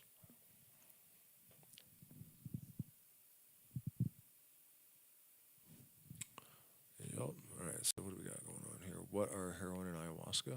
What? What do you mean? How do you make sure that the magic mushrooms are 100% the right type? Higher grown coca are more potent. That is true. That is definitely true. Your thoughts on bee venom or combo? But also, every harvest of coca is different. Um, it's really a roll of the dice. They don't know what they're going to get in terms of the quality. And it kind of is a pain because when you find a farmer that you like their leaves, the next harvest they might be just useless, from our point of view. But it's also interesting to consider the Quechua don't really think about the alkaloid. Their main concern is a certain taste, agrio, something like sour. And there are, again, one of my videos, I have all of the alkaloids that are suspected to do these things, but there are cleansing agents basically in them that if you chew a ton of coca all day long, you'll smell like rotten buttholes. It's terrible. I mean, it's body odor smell, but it's way worse than normal. And it's because it's pushing all the stuff out of your body that shouldn't be there. It's extremely cleansing. It's really high in calcium, which is interesting because calcium's what's needed to activate the alkaloids. So it's like nature knew to put this in there with it. The fact that it helps with altitude sickness. We talk a lot about the intelligence in nature. Earlier, I mentioned Shilajit, and that's kind of when mystics talk about intelligence in the mineral kingdom. The fact that Shilajit is found only in the Himalayas at super high altitudes and helps with altitude sickness is what is meant by the intelligence of the mineral kingdom.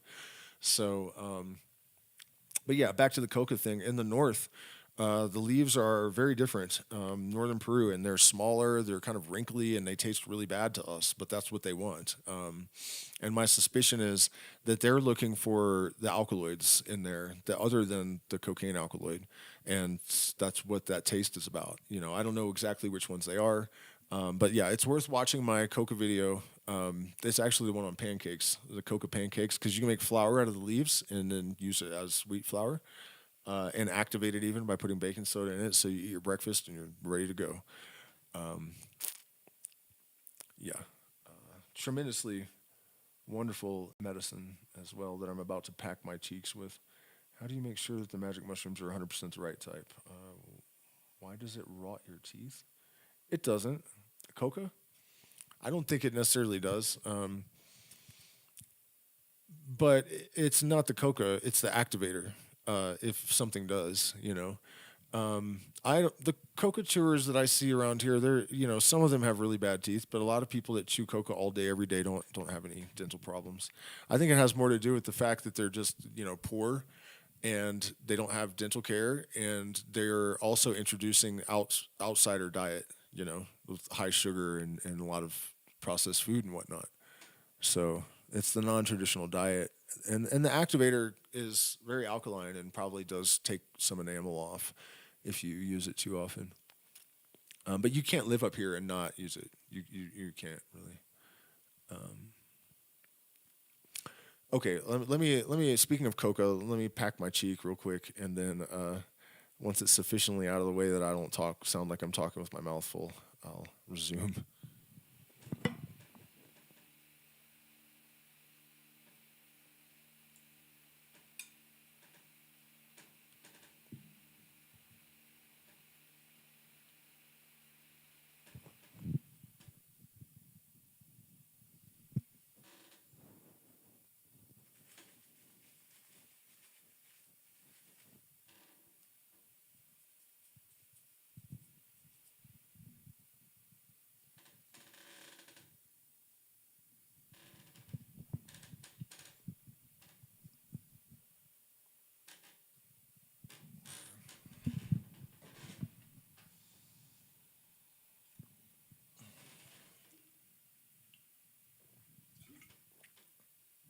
Alrighty.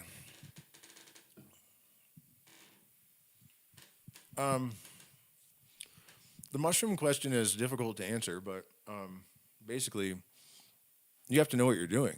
A field guide may be sufficient for most people, but it's better to go with someone that knows once. You know, my experience is that once you have found a mushroom and you have positively identified it, if you see that mushroom again, you're going to know that it's that mushroom. You know what I mean? It's just like, do you know what a rose is? Do you know what a carnation or a, you know what I mean? It's not, to me, any more difficult than that. But if you are learning, you just have to be thorough, you know. And like I said earlier in the stream, there's a checklist. If it's cubensis that you're looking at, it should bruise blue after a few minutes, but not immediately upon handling usually. There's going to be a purple ring on the stem where the spores have fallen if the cap is opened. You know, it's going to be on manure and not near manure. You know, if you're looking for a wood rotting mushroom and it's growing in the dirt, it's not right, you know, or vice versa. If you're looking for a coprophilic mushroom and it's growing on a tree, not right. So you have to learn all the characteristics of the mushroom, and then you have to learn how to tell the different types of gills. So some are attached, some are adnexed. There's different, you know, are they close or far? So you go through the list in the field book, and then if you check everything correctly, and then also I would post it on a group to make sure for the first time on Facebook, a couple of groups, and if you get 100% the same identification, you know, but really I would recommend always going for the first time with someone that knows. For me, I don't have to do that. I'm confident with my checklist, you know, but it's I have observed people have such varying abilities in terms of the recognizing these subtle details that you can't really give blanket advice on this, you know. But yeah, checklist, thorough, Facebook groups, Reddit. But it's not that hard. You shouldn't have to go that far. And like I said earlier, the really significant mushroom species, the ones that you're going to be looking for, if you're looking for edibles or medicine or whatever, when you're going to get yourself into trouble is when people are trying to identify every edible mushroom. They want to know, like, you know, is this edible or not? And they just start eating everything they think is edible. If you stick to the major choice edibles, you know, and bolete, slippery jack, king boletes, white boletes, queen boletes, chanterelles, black trumpets, hedgehog mushrooms, oyster mushrooms, the psilocybe mushrooms are generally pretty easy to identify and pretty distinctive. You know what I mean? The chances of making a mistake, unless you're careless, are pretty low. So just don't try to eat everything. Only the important ones. If you stick to the important ones, nature made them pretty obvious. You know, that's the best advice I can give. By the way, you guys, please consider hitting the like button, sharing, and subscribing. We are demonetized, so we get no we get no support from YouTube. So if you appreciate this content, we really appreciate support. I'm also trying to raise money to offset having to cancel half of a year worth of events, and I have to get several surgeries. So we're kind of particularly in that fundraising mode. Really appreciate all the people that have made contributions. This community is very strong considering how small it is. And if you join the Patreon, you get access to 6 years of premium material. You can join our Discord private voice chats, which are full of really interesting people of like mind, and other benefits. I also do consultations on plant medicine, or if you're interested in learning about initiated traditions like the Western Mystery tradition, and sort of unlicensed therapeutic sessions. I am not a medical professional of any kind. Nothing that I say can ever be construed as medical advice. Please do not strike me down, almighty algorithm. But yeah, I offer all kinds of services, and you can check them out on my Patreon or shoot me an email if you're interested in guitar lessons as well. I teach online, so if you happen to be one of those few people that come here for the music, which is happening again tomorrow night, if you happen to play guitar, I do teach. All right. Do we have any more questions or subjects that you'd like me to? What's going on, Mr. JD?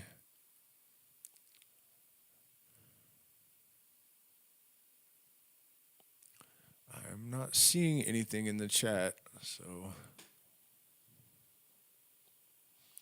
I have a lag, so I'll give it a minute to see if anything pops up in the chat. And otherwise,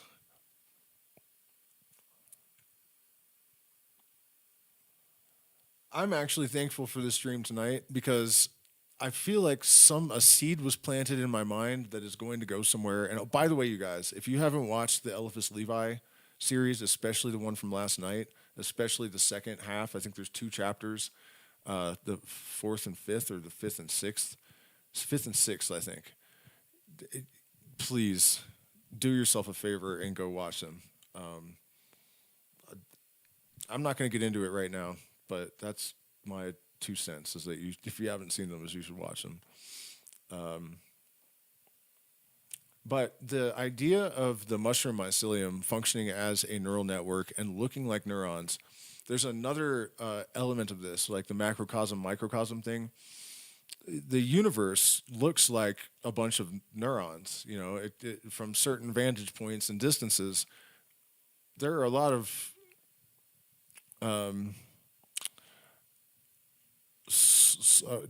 they're not celestial bodies. What do you call it when there's a mass? Networks, galactic networks, that look like that as well. And there are, I believe, and this is supported by research, minerals that serve a purpose in this neural mycelial network function, right? The same way that we have magnetite and gold in our brains that facilitate the electrical activity and manage the fields and whatnot. And this is really important to me, as from coming from the Hermetic point of view and looking for manifestations of these concepts like as above, so below. And I heard, what's her name? Sabine Hassenfelder, I think. She's a physicist, a very straight, mainstream, up until recently. And, she's never said, I've never heard her say anything like this before. But a couple weeks ago, I saw she had posted a video that said, I think the universe can think. Or I believe the universe can think. And I was like, what? That's not you. Is this a joke? And I thought she was trolling. Because there's a lot of buzz about panpsychism and the possibility of a universal mind in, neuroscience and the study of consciousness, which is really being spearheaded by an anesthesiologist and a physicist for some reason, and not a group of neuroscientists. And even in evolutionary theory, there's some weird stuff going on that suggests that there is an intelligence that has oversight in the evolutionary process that is managing response-driven adaptations that are even aware of context like time being an issue, because these adaptations are happening within a season and not even a year, much less 10,000 or 100,000 or a million. So there's a lot of buzz about this, and I thought that she was trolling as a response, like, come on, you hippies, or whatever. But no, she was dead serious, and she said that the reason that door was opened for her, it was the discovery of entangled particles in the brain, specifically entangled biphoton pairs emerging from neurons. And it made her realize that one of the main material arguments against panpsychism is in the universe is the distances. Because in order for a meaningful cognition to occur that's, it's rapid enough, it has to happen in an enclosed space, due to the limits of the speed of light and whatnot. That was even a problem understanding how our brain could work without superconductors until the revelation that atomic processes can occur in the brain and that light can make gold a superconductor, and we have gold and light in the brain. So, but even in something the size of our heads, because it's so much processing needs to happen.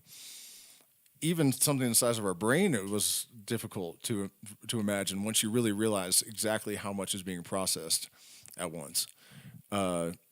So entanglement made her realize that the distance no longer had anything to do with processing for sentience. And so I don't know. I mean, I don't have a concrete thing here, but it's just when we were talking about how the mycelium looks like a neural network and it functions like one between species. And then I thought of these galaxies and whatnot that on a different level, and the mineral component, like in the mycelial networks and in our brains, and then we have the stars in these giant networks that look like mycelium. And at this point, in my shamanic journey, I guess, I know how this works. I know, what the book of allegory of nature is about. And it is a thing in South American shamanism, and it's a thing in the Hermetic tradition. The mystery school tradition is a very sophisticated shamanic lineage. The consumption of the Kaikion and the Eleusinian mysteries by Plato and Aristotle and all of these people. And a lesser known fact, I think, is that one of the main strategies, I guess, the protocol of initiation was to learn to read this book of allegories that nature provides for us. So I know that was vague, but I'm trying to work it out still, the connection between these things. And the way things have been going lately, you guys, I do not doubt that we'll have an answer in regards to this by next stream.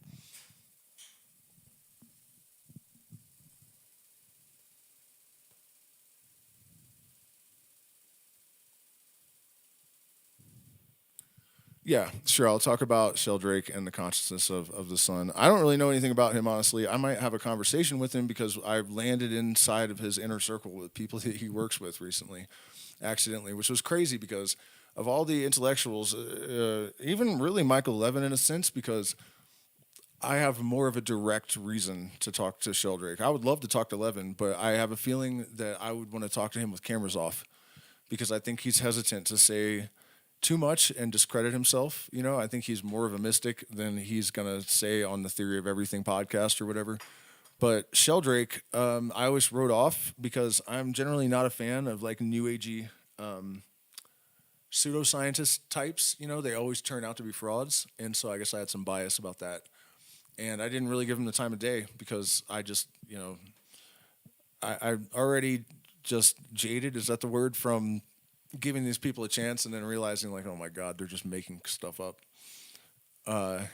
Get burned out on that. That's why I hate those guys so much, because they discredit an entire movement, they're discrediting reality. It's not even a movement. They're discrediting reality because they're encouraging people to maintain their focus on the sort of matrix illusion, right? So yeah, they suck, man.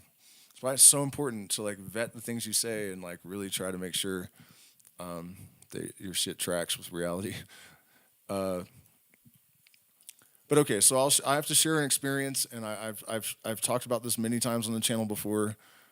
So if you're a long-time follower and you've heard this before, I apologize for the redundancy. But I can't talk about this without sharing it again.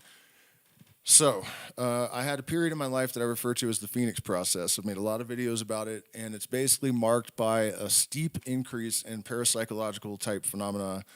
There is actually a word for this in anthropology, essential schizophrenia. So it's not schizophrenia in the sense of a person that's like a paranoid schizophrenic.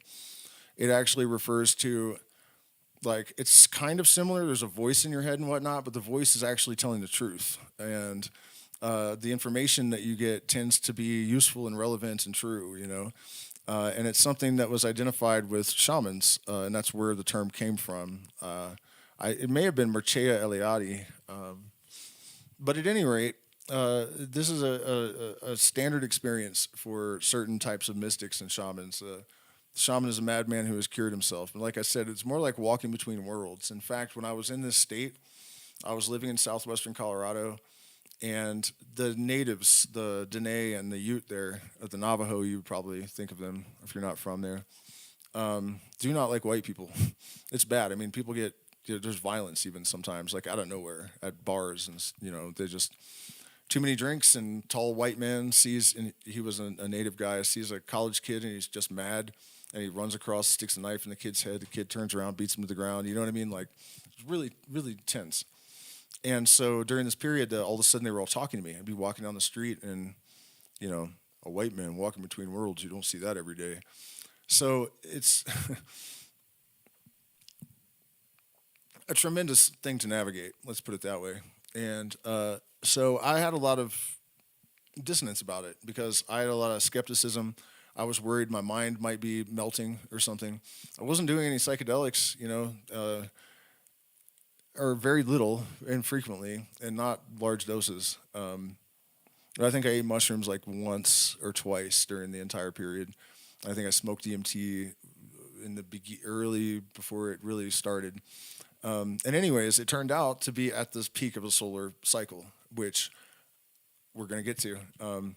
So I had this voice that would tell me things, and it would always be true. And I had rules because I wasn't really out of my mind. I was worried I might be, but I wasn't. And I wouldn't do anything that was bad or dangerous, or, I was like, as long as it's harmless and doesn't inconvenience me or anyone else too much, I'll play along just to see what this is, So I did that, and it always was fruitful. And so one day, it told me, you need to go out to the field across from the cave. There was an Anasazi cave that had like rock art and stuff in it, beautiful valley. And go out to the big rock in the field and sit on it and do a solar ritual. And I was like, all right, that fits the criteria. It's not going to hurt anything. I feel stupid, but I'll go. So I go out. There was a crossroads too. We were at a crossroads. Of course, I meet Hermes at the crossroads. It was perfect. We were right at the house on the corner of the crossroads. And so I go out to the rock, and I sit on the rock, and I'm thinking, I don't know. Well, actually, I started to turn around and go home. My phone beeps, and it's this weird message that later my friend told me he had no idea why he sent or what it meant. And it said, basically, you need to continue going to the field. But it's from this guy in my band, So at that point, I'm thinking, okay, whatever this is real, and I just need to cooperate. But I didn't know any solar rituals, so I was like, what am I even going to do out there? So I go out into the field, I sit on this rock, and the voice tells me, raise the energy. And I kind of argue, like, I don't know what that even means. And it's like, shut up. You've been doing this forever. Why do you play dumb? And I'm like, okay. So I sit lotus style and focus on raising the energy, just kind of feeling that. And I hear all the rattlesnakes in the field, like, light up their rattles. And I'm like, okay, this is real. Something is definitely happening. And I'm not going to go through it all again because I've talked about it on the channel a bunch of times, but it walked me through this process, and there were certain stages in it that I don't think I could have thought of on my own. For example, when things pass through the veil in the occult tradition, it's believed they're reversed, like a reflection reversing. And it mentioned that, and it said, what is your name backwards? My birth name is Harley. So I'm like, Yel-Ra? Yel-Ra? And I'm here doing a solar ritual. Ra's the Egyptian sun god. I have trouble imagining coming up with that on my own. And it really did feel like talking to something else. So I go through this process with this thing, and I see purple tendrils like licking out of the sun all around the sun. And it looked real. And the other thing I noticed is I could look at the sun. It didn't damage my vision. It didn't hurt my eyes. But it was setting, so, it's safer.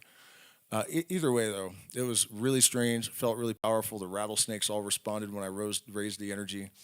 The Yel-Ra thing, and there's more I'm not going to talk about. But so it's over. I go back to the house. I had an interaction with one of the neighbors that was super weird. He was from Argentina, and he had like kind of like frizzy hair. And when he got close to me, it stood up a little bit. Like the loose ones were like static electricity, and other stuff. Like I said, I'm not going to tell the whole story. But I go home, and the next day I go to work. And I go into the gas station on my way to work to get a drink, and I see the newspaper says the biggest solar storm in 26,000 years estimated had occurred during this solar ritual. So to be clear, I'm not saying I caused it, but whatever took me out there knew it was going to happen. And fast forward about 6 months ago. Actually, there's more to the story that I should share, I guess, in this context. We are going to get to Rupert Sheldrake, though. So, I don't know, maybe a year ago or something, my partner, I told her that I felt like another round of this Phoenix process was coming. At this point, I hadn't yet learned that these solar cycles happen in 11-year cycles, which is the number of magical expansion as well. Which is interesting that that's the number associated with magical expansion, and these solar cycles are 11-year cycles. So I did not know yet that another one of them was reaching its climax. And I just mentioned to my partner, I think another round of the Phoenix process is coming, but way more intense this time. And sure enough, the off-the-chart synchronicities started a couple days later. We were at a restaurant in Cusco, and I mentioned some Red Hot Chili Peppers song, and there's a Latin band playing. They're singing in Spanish. And right after I mentioned the song, they play that song by the Red Hot Chili Peppers. It starts immediately after I mention it. And a lot of other stuff on that level, you know. So we noticed that. And then I find out that just like the last time, the solar cycle is reaching another peak, and that it's going to be more intense this time, which reflects my prediction about how the Phoenix process would be more intense because it's tied to the solar cycle. So about a month or two after that, I was doing a stream where I was talking about all this. And it wasn't necessarily about the solar cycles, though. It was just about evidence of the universal mind. And I compiled like a Michael Levin interview and that amazing physicist from back in the day, the implicit and explicit order guy, Bohm. Amazing person. And as I was getting ready to go live, my suggested had this Rupert Sheldrake is the sun conscious. And I didn't watch it first. And I was like, I'll throw this in too. So at the end, we watched that, and I reacted to it. And at one point, he says, I think these solar storms are an opportunity for us to communicate, for the sun to communicate with us.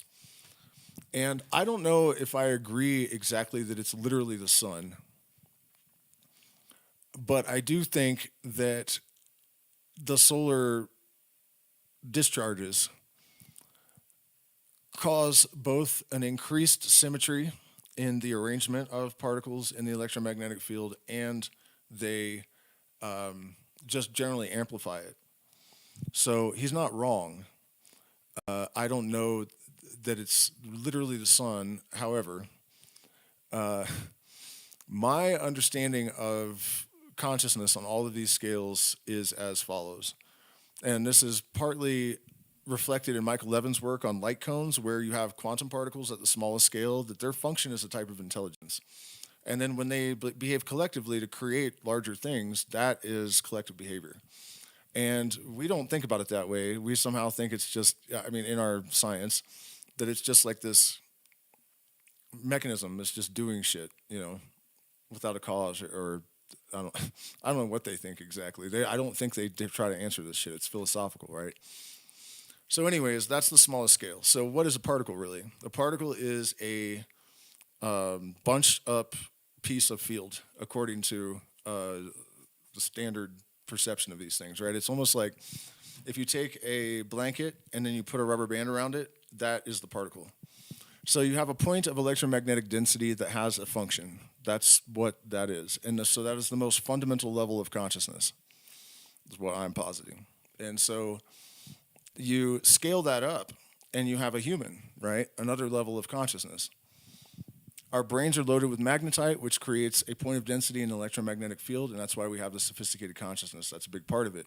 It gives structure and coherence and density to the field just in the same way that particles do. So now we have a more sophisticated manifestation, a vector of a sentient organism and one of these points of electromagnetic density.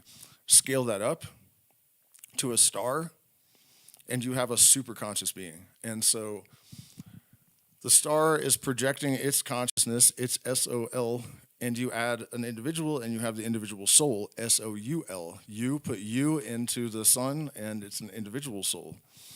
It's like the subconscious has been bleeding these things through and sign symbols, hints, and clues, writings on the wall. The rest is up to you, kind of thing. So I hope that makes sense. But that's my experience with Sheldrake, and so I know a woman who just published a book. She's going to be on to do an interview and promote, and also because I would just love to talk to her. I've known her for a long time, but we've never really had a face to face. Dr. Rachel Turetsky. She is a not just a PhD in psychology. I can't remember what the other degree is, but she actually has 2 degrees and then a pretty impressive resume. And so, 2 of my biggest heroes were Robert Anton Wilson and Timothy Leary. And Robert Anton Wilson was inspired by Leary's 8 circuit model, and she was inspired by both. And so it's really a kindred spirit in that sense. And so she wrote a book called the 8 circuit ascension model, and it's basically her in modern school of thoughts integrated with the Leary's and Robert Anton Wilson's version of Leary's 8 circuit model. And so it has a foreword by David J. Brown. David J. Brown is kind of a lesser known Terence McKenna-like figure. He was pretty well known for a period in the late 90s as an author. I don't remember what he wrote. He just published another book on DMT entities, actually, that's doing pretty well. Turetsky's book is now #1 on the alternative psychology book billboard, whatever that is. And so David J. Brown, who did the foreword, did experiments with Rupert Sheldrake. And the experiments were basically, they proved telepathy in dogs. And I remember the experiment, my mom telling me about it. It was a long time ago. But basically, the dogs knew when their owners are coming home. The minute they decide to come home, the dog reacts. And so I had heard of him because of that experiment as a child, even. And then, I remember him. I never read his book, but in the late 90s, he had some notoriety as a leading psychedelic figure, right? So Turetsky has been trying to connect the 2 of us for years now, like just constantly tagging us and post together. And I did have an interview scheduled last year, but we had an issue and I couldn't do it. So I'm waiting to get a response from this gentleman. And what I'm hoping is that it could lead to a conversation with Sheldrake because they work together. So it's, kind of a shot in the dark at the moment, but it's definitely not out of the question. And I'm curious, what he would think of some of the things that I think, because he seems very intelligent and he's been thinking about this stuff for a long time.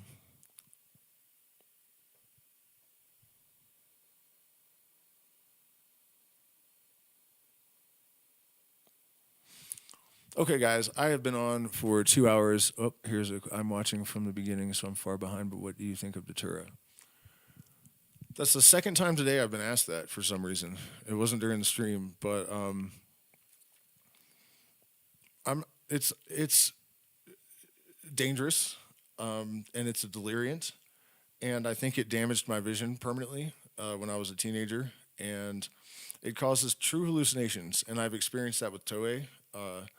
And so one of the problems with it is that you cannot tell the difference between the visions and reality. They look just as real as everyday life.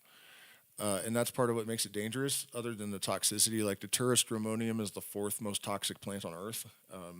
So you're really in there, when you're messing with this poison path stuff.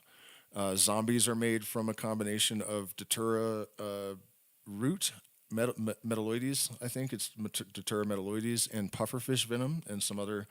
They make you appear dead, and there's an antidote, but you have got brain damage, so now you're a plantation slave, basically, long story short, in Haiti.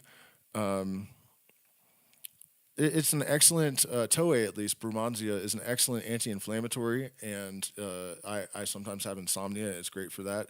But you got to know what you're doing. You have to be really careful. It's the only plant that in traditional South American shamanism, like traditionally the shaman would drink ayahuasca and then he would work on the patient. The patient didn't drink the ayahuasca like people do now. And it's the only one that the patient only drinks it and they overlook you because Scopolamine causes your suggestibility to be like you can tell people to do anything and they'll do it. And the spirits of the Datura world are said to be very impish, so they can be good, but they also will try to kill you. And one of the things they apparently like to do is tell people to drink sand. And you're extremely dehydrated when you use tropane alkaloids. So if you drink sand, you're going to choke to death. So the shaman has to watch over and make sure that you don't do what the spirits tell you to do. So it was what the flying ointments were used by the witches. In fact, the image of a witch flying around in a broomstick comes from the fact that they would use a broom handle to apply a paste made from mandrake and other datura species through their vaginal walls, and then people would look over the fence or whatever and see them with the broom between their legs babbling about flying, and that's where the witch on a broomstick legend comes from. Yeah, I don't know. I mean, they can be good medicine, but I don't really see the utility in taking them as like a psychonaut for sure. It doesn't make sense. In some extreme spiritual cases, I can imagine that there's some need to go into that space. But you also need to remember that unlike classical psychedelics, that people say this, but unless you're predisposed to mental illness, you're not going to go crazy from taking classical psychedelics. Datura, there's no guarantee you're coming back. And they actually say that the only way to get somebody back that gets lost out there is to send someone in there that has also drank it. You have to send a person into that world to drag them back out. And they have to take it in order to do that. So, for me, it's not something to use as an entheogen unless you have really serious cause and really know what you're doing. And, the preparation for that is pretty extensive. Definitely not to be taken lightly. But I can attest that the prophetic dreams that they claim happened, that's real. That's definitely real. And just the example that I'll give, I accidentally drank too much because I went to another country and the plant was stronger, and I cut the dose in half, but it was still too strong for just to use as insomnia, not dangerously strong, but strong enough to cause a full-on vision experience. And there was a guy at one point dressed like a professor with a stick pointing to the wall, and he was explaining this Egyptian motif that was on the wall. And the next day, I was generating a thumbnail, and the AI generated exactly that motif. And it's not something from Egypt. It's not real. I mean, maybe it is real, but you know what I mean? It's not something that like the AI would find online and go, oh, here's this Egyptian thing. It's not there. It was just the thing that the guy was explaining to me from my wall. The next day, the AI generated it precisely. So that aspect of it seems legitimate. But I would not go there if I was you. I can't imagine a reason that you would have that you would need to do that. One thing that you can do is people sometimes dry and smoke the flowers. The Shipibo do this, and that's not nearly as dangerous as consuming it in other forms. So, guys, I got to go. My voice is getting tired, and I still have a bunch of music to practice for tomorrow. So thank you so much for spending this time with me. I hope it was informative and enlightening. Please hit the like button, share, subscribe. Consider becoming a patron because we're demonetized and we rely on the community to support us in order to validate all of the hours that we invest. And if you're interested in coming to an event, shoot me an email, or if you're interested in consultations or whatever. Otherwise, I'll see you guys tomorrow. Those of you that are interested in the music, really throwing myself back into that lately. And I think it's getting better. So hopefully join me for that. Friday, I'm going to do an expose on Elon Musk if we get back from Cusco in time. If not, it'll be Saturday. But it's not going to be an opinion piece. It's all backed with numbers and sources, and most of the sources are his own platform, his own AI. So really important stuff, man. People need to understand what's going on and not be fooled. Stop being fooled. If you're one of those people, you're being fooled. Stop it. It's not good. So thank you and good night.